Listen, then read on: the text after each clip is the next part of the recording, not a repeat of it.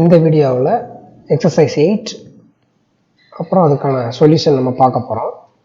Arjun was holding 1000 equity shares of ₹10 each of Vanavali Electronics Limited issued at par. He paid 3 on application, 4 on allotment but could not pay first and final call of ₹3. The directors forfeited the shares for non-payment of call money. Give the journal entry for forfeiture of shares. இதுதான் சம்மு. இந்த சம்மை பொறுத்த வரைக்கும் இதில் என்ன summary கொடுத்துருக்காங்க அப்படிங்கிறத நம்ம பார்த்துடலாம். இப்போ சம்மரியை பொறுத்த வரைக்கும் ஃபஸ்ட்டு டோட்டல் பர்ஃபிக்சட் ஷேர்ஸ் வந்து பார்த்தீங்கன்னா 1000. வேல்யூ ஆஃப் த ஷேர்ஸ் அப்படின்னு நம்ம எடுத்துக்கிட்டோம் அப்படின்னா சம்பளம் கொடுத்துருக்கிறது 10. Total forfeited shares 1000. அந்த ஒன் ஷேர்னுடைய வேல்யூ வந்து 10. அண்ட் அப்ளிகேஷன் மணி ₹3 வந்து பே பண்ணிட்டாங்க, அதுவும் சம்பளையே இருக்குது நமக்கு. அண்ட் அலாட்மெண்ட் மணி ₹4ம் பெய்ட் பண்ணியாச்சு. அப்போது application money and allotment money டோட்டலாக வந்து ₹7 வந்து பே பண்ணியிருக்காரு அந்த Arjun. First and final call money 3 unpaid. இந்த ₹3 வந்து ஃபஸ்ட் அண்ட் ஃபைனல் கால் கொடுக்காதனால தான் அந்த ஷேர்ஸ் எல்லாம் வந்து ப்ரொஃபீட் பண்ணுறாங்க.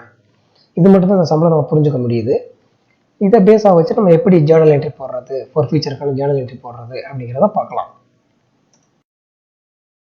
சம்மரியுடைய சொல்யூஷனை பொறுத்த வரைக்கும் சம்மரி இந்த ஸ்லைடில் நான் அப்படியே கொண்டு வந்திருக்கேன்.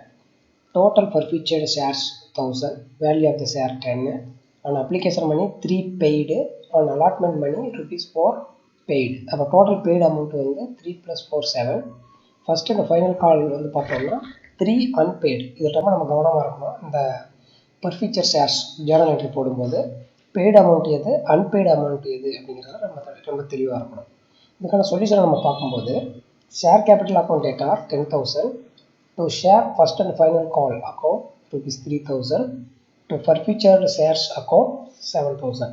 இந்த 10,000, 3,000 and 7,000 கிரெடிட்டில் எப்படி வந்திருக்குங்கிறத பார்த்தோம் அப்படின்னா, ஷேர் கேபிட்டலை பொறுத்த வரைக்கும் அன்சேஞ்ச், நோ சேஞ்ச். அந்த பெர் ஷேர் வேல்யூ ₹10 இருக்கு இல்லையா, அதில் நம்ம எந்த ஒரு சேஞ்சஸுமே பண்ணக்கூடாது.